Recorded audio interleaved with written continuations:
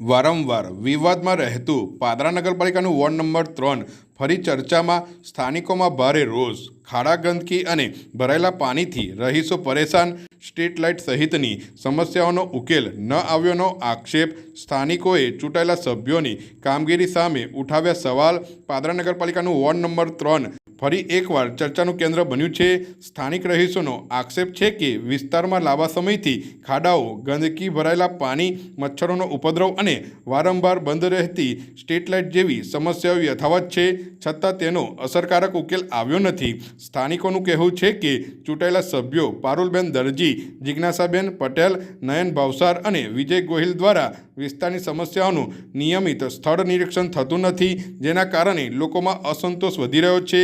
રહીશોનું કહેવું છે કે જો તાત્કાલિક કામગીરી નહીં થાય તો તેઓ ઉચ્ચ કક્ષાએ રજૂઆત કરશે અને લોકશાહી ઢબે વિરોધ કાર્યક્રમ અંગે પણ વિચારણા કરશે।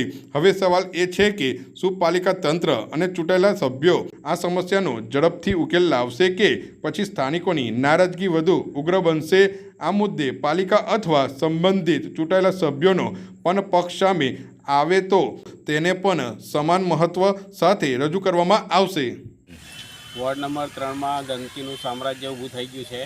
નગરપાલિકા દ્વારા કોઈ જ કામગીરી કરવામાં આવતી નથી અને નગરપાલિકાના કોર્પોરેટરો જે છે વોર્ડ નંબર 3ના એ ખોટા વાયદા કરીને ભાગી જાય છે। દરેક કોર્પોરેટરને મેં કીધું છે પણ કોઈ કશો જવાબ આપતું નથી, કોઈ કામગીરી કરતા નથી। આ ગંદકીને લીધે બાજુમાં કોલેજ આવેલી છે, એમાં દરરોજના હજારો વિદ્યાર્થી આવે છે, એ લોકોને પણ તકલીફ પડે છે। બધા રોડ પર ખાડા પડી ગયા છે, પાણી ભરાઈ રહે છે, મચ્છરોનો ત્રાસ થયો છે। આ બધી મુશ્કેલીઓ છે પણ નગરપાલિકા કોઈ કાર્યવાહી કરતી નથી। આ બાજુ આપણે સત્યમ 4 રસ્તા જોઈએ તો આગળ જે હાઉસિંગ છે ત્યાંથી દરરોજ પાણી ભરેલું હોય છે। દીપમંગલ બાજુ બી પાણી હોય છે, સ્ટેશન રોડ પર બી પાણી હોય છે। અને બીજું કે આ નગરપાલિકાના શાસકોએ બધા રસ્તા ખોદી નાખ્યા છે, આ સ્ટેશને જવાનો કોઈ રસ્તો જ નહીં। નગરપાલિકાને તમે જાણ કરી ખરી? હા, કરીને જાણ, પણ એ લોકો કશી અસર જ નહીં થતી, કોઈ જાતની અસર એમને થતી નહીં। કોર્પોરેટરોને જાણ કરી, નવા ચૂંટાયેલા જાણ કરી, મેસેજ કર્યા, ફોન કર્યા, પણ એમને કોઈ અસર થતી નહીં અને ખોટા વાયદા કરીને ભાગી જાય છે અને બધી બાજુ રસ્તા તોડી નાખ્યા છે। જવાના રસ્તા બંધ થઈ ગયા। સ્ટેશન વિસ્તાર તો જવાનો કોઈ રસ્તો જ નહીં, આખો રોડ તોડી નાખ્યો છે। દીપમગલમાં જઈએ તો ખાડા પડી ગયા છે, ત્યાંથી ગાડી કે વાહન લઈને જવાય નહીં, એવી પરિસ્થિતિ ઊભી થઈ છે। એટલે આખા વાડમાં આ પરિસ્થિતિ ઊભી થઈ છે।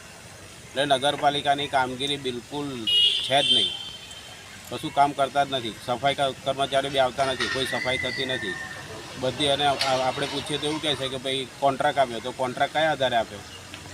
કર્મચારીઓ નહીં નગરપાલિકાના, એની પાસે કામ કરાવવું જોઈએ પણ નહીં કરાવતા।